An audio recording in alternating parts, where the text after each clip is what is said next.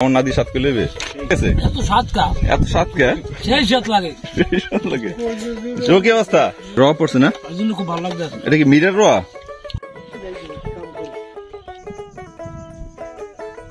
আমরা এখন তরমুজের ক্ষেতে বসে আছি এবং এই যে দেখছেন তরমুজ এরকম যেদিকে তাকাবেন শুধু তরমুজের ক্ষেত আর তরমুজের ক্ষেত এবং এরকম তরমুজ এই যে তরমুজগুলো কিন্তু একেবারে ছোট থেকে এ পর্যন্ত আসতে প্রায় 5 মাস সময় লেগেছে এবং এই 5 মাস কিন্তু পরিচর্যার মধ্যেই ছিল এবং এখন কিন্তু এই তরমুজ একেবারে খাবার উপযুক্ত হয়েছে এবং বাজারজাত করা হয়েছে। তাহলে সব বিষয়গুলো আপনাদেরকে দেখাবো এবং তরমুজ ক্ষেত থেকেই আমরা একবারে তাজা তরমুজ কেটে খাবো। তাহলে চলুন আমাদের সাথে। আমরা কিন্তু তরমুজ খেতে বিশাল বাহিনী নিয়ে আসছি। এই যে সবাই হচ্ছে তরমুজ খেতে, আমরা মাইলের পর মাইল তরমুজ ক্ষেত হাঁটতেছি। একটু পরে আপনাদেরকে তরমুজ খেয়ে দেখাবো যে আসলে মাঠে বসে তরমুজের খেতে বসে একদম তরমুজ ফাটিয়ে খাবো, আমরা আপনাদেরকে দেখাবো। ক্ষেত তো আর 10-15 দিন পর বেঁচে দেবেন।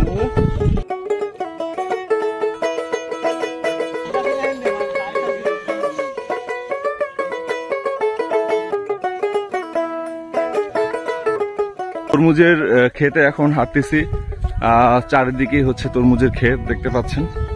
রোদে প্রচন্ড তাকানো যাচ্ছে না। এখানে হচ্ছে আমরা এখন এই তরমুজের খেতে হেঁটে গিয়ে ওই যে ডোঙ্গা আছে যেখানে আসলে চাষিরা থাকে ছায়ার জন্য, সেখানে যাব এবং সেখানে গিয়ে হচ্ছে আমরা তরমুজ খাবো একেবারে ক্ষেত থেকে। চলুন, এই কিন্তু ডোঙ্গা চলে আসছে।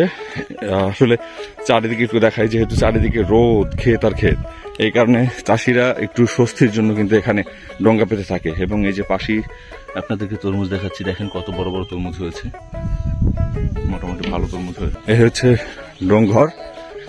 এখানে হচ্ছে আসলে এই যে উপরে তাল পাতা, নারিকেল পাতা এগুলো দিয়ে এরকম টিন, পলিথিন দিয়ে এরকম ছাউনি দিয়ে দেয় এবং এই ছাউনিতে কিন্তু হচ্ছে কৃষকের আস্থানা। এখানে হচ্ছে একটু যে ছায়া, এই ছায়ার মধ্যে এসে তারা আসলে মানে খরতাপ যে রোদ, সেই রোদ থেকে একটু বিশ্রাম নেওয়ার জন্য কিন্তু এখানে এসে তারপরে তারা বসে।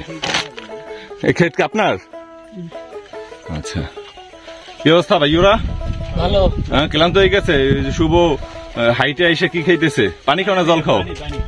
মানে রোদের যে তাপ, সেই তাপে একেবারে মানে সোনার ছেলেগুলোর অঙ্গ পুরে কালো হয়ে গেছে একেবারে। হ্যাঁ, তারা এখানে এসে একটু স্বস্তির জন্য ই খাচ্ছে। এই একজন হচ্ছে টিকটকার। হ্যাঁ দর্শক, আমরা কিন্তু এখন হচ্ছে তরমুজের খেতে আছি এবং এই তরমুজ হচ্ছে আমরা এখান থেকে কাটবো। মোটামুটি কিন্তু ভালো সাইজ, বড়। এবং চলুন আমরা এটা আসলে একটু ছায়ায় যাই। প্রচন্ড রোদ, প্রচন্ড গরম, এখানে ছায়ায় গিয়ে হচ্ছে আমরা এটাকে কাটবো। এখানে আরো একটি কিন্তু আছে, সরাই, এখানে আরো একটি কিন্তু অলরেডি আমরা আগে কেটেছি। এটাকে এখন আমরা হচ্ছে কাটবো। কিভাবে কাটবো? এভাবে সোজা না, এই মাথাটাই আগে নেই।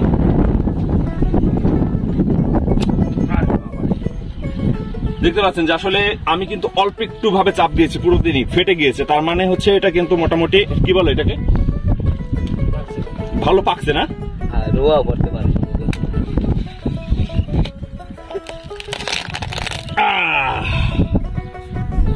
কালার কি ভাগ্য ভালো, আসলে ক্ষেত থেকে একেবারে এরকম তরতাজা। আসো, সামনে আসো।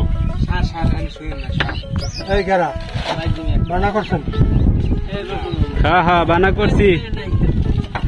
আসো আসো আসো আসো আসো। এই যে মোটামুটি একটু ভেঙে আছে, আমি একটু খেয়ে দেখাচ্ছি আপনাদেরকে।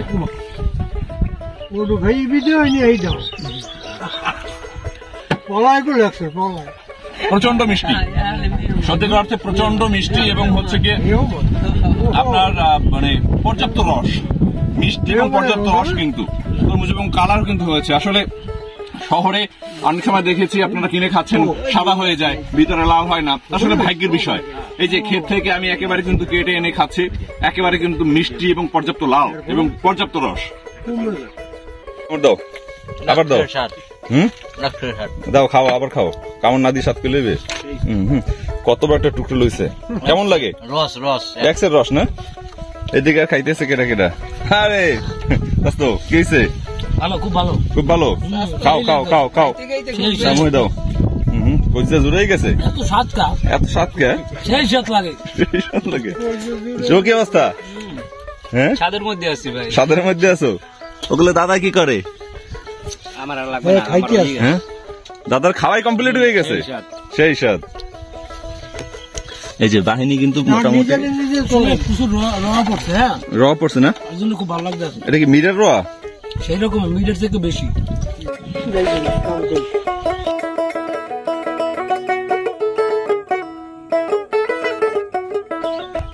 প্রচুর তরমুজ খেতে হবে এবং খেতে বসে একেবারে পিছনে খেয়ে ভাই এই যে ডোঙ্গা যেখানে চাষিরা হচ্ছে আশ্রয় নেয় রোদের মধ্যে, সেখানে হচ্ছে সে কিন্তু আমরা খাচ্ছি।